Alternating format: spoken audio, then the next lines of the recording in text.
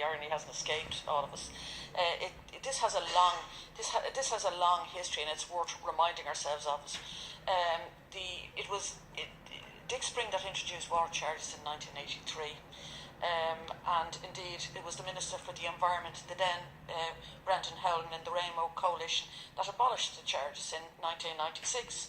At the time, Deputy Brendan Howlin, the then Minister for the Environment, said he pointed to a KPMG report he had commissioned which said that the installation of water meters would be unproductive, inefficient and simply not worthwhile given the revenue to be generated would be unlikely to cover the cost of metering.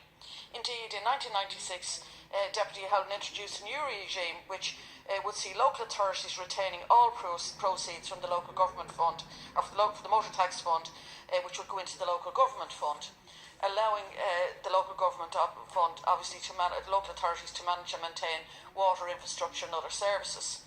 So when people took to the streets and said no on this occasion, there was a myriad of reasons as to why they did so, and one of the reasons was that they felt that they had paid for this service already in that fund that was designated for local authorities. But there was more.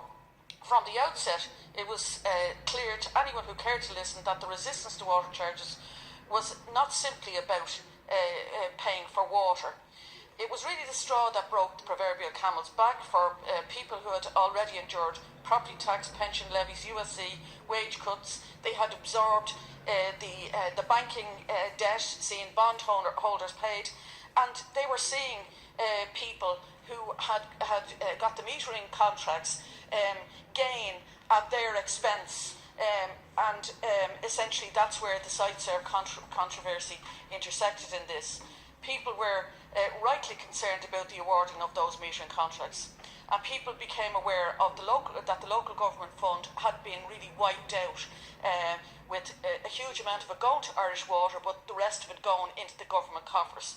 So they knew that really what they were being asked to do, they were being taken for fools in all of this.